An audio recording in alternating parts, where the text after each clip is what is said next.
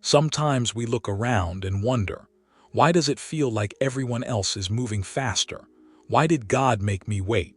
Why do some blessings seem to take a lifetime to appear? But what if the delay wasn't denial? What if the waiting was the preparation? Why God's blessings often come later in life? Throughout history, God has shown a pattern. His greatest blessings often arrive later in a person's journey, not at the beginning and not when they expect it. Look at the lives of his chosen ones, and you'll see that divine timing rarely aligns with human impatience. Abraham, the promise after the wait. Abraham was promised descendants as numerous as the stars, yet he waited decades for Isaac to be born. His blessing came after years of wandering, testing, and obedience through uncertainty. The lesson: God doesn't bless you when it's convenient. He blesses you when your faith has matured enough to carry the weight of the promise. Abraham was called at 75. Moses called in his later years. Moses didn't lead Israel out of Egypt in his youth. He was 80 years old when God sent him. Everything before that, the palace, the wilderness, the exile, was preparation. That's how divine timing works. Your waiting seasons are training seasons.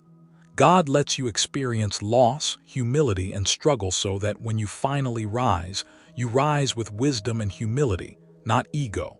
Joseph from prison to purpose. Joseph's story is another reflection of this law.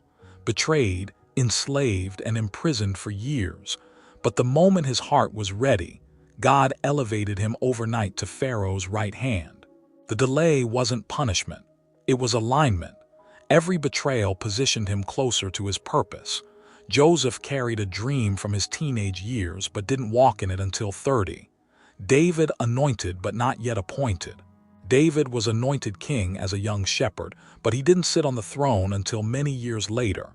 In between, he faced rejection, danger, and loneliness in the wilderness. Why? Because God tests character before he gives crowns. The waiting season refines you into the version of yourself that can sustain the blessing. Even Jesus, the Son of God, waited 30 years before beginning his ministry. Each of them carried a promise long before they were ready to carry the weight of that promise. The spiritual law of divine timing, the pattern.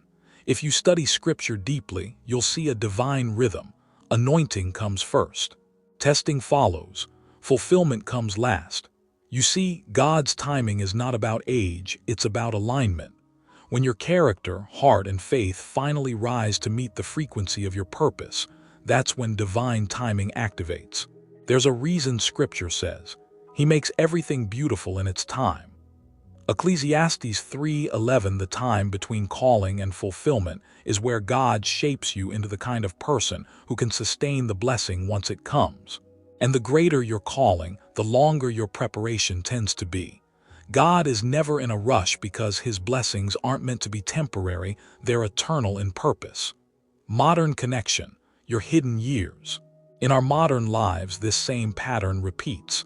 You might be in your hidden years right now. The season where nothing seems to be happening, where doors close, plans fail, and you feel forgotten. But you're not forgotten, you're being forged. You're not denied, you're being developed. If the blessing came too soon, pride might ruin it, fear might reject it, or inexperience might waste it.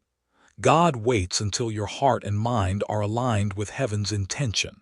This is the wilderness before the promised land, the quiet classroom where the soul learns patience, humility, and faith. When nothing moves, God is usually moving the deepest. Awakening and refinement. Then comes the awakening. A moment of inner quickening, when you finally feel your higher purpose calling you out of comfort, out of the old version of yourself. But awakening doesn't come with instant rewards, it comes with refinement. God begins pruning, removing what no longer fits your future, reshaping your circle, detaching you from illusions. Every delay becomes a design, every rejection becomes redirection. You're not losing, you're aligning. The emergence. And one day it shifts. Doors open without force. What used to chase you now finds you. The same places that ignored you now call your name. That's when you know the wilderness worked. You've become the kind of vessel that can carry the blessing without it breaking you. So if it feels late, remember it's not. You're right on schedule. God doesn't bless fast, He blesses fully. The greatest moves of God often come after the world thinks your time has passed, but that's exactly when His light begins to rise through you. Because when you're finally ready, what you've prayed for will recognize you. Late blessings symbolize divine timing, purification, and maturity.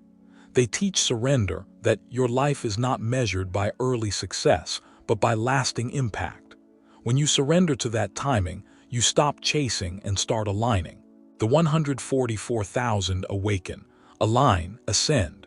For those who have waited long, your time is coming. Stay faithful, stay aligned. Your blessing isn't late, it's right on divine time.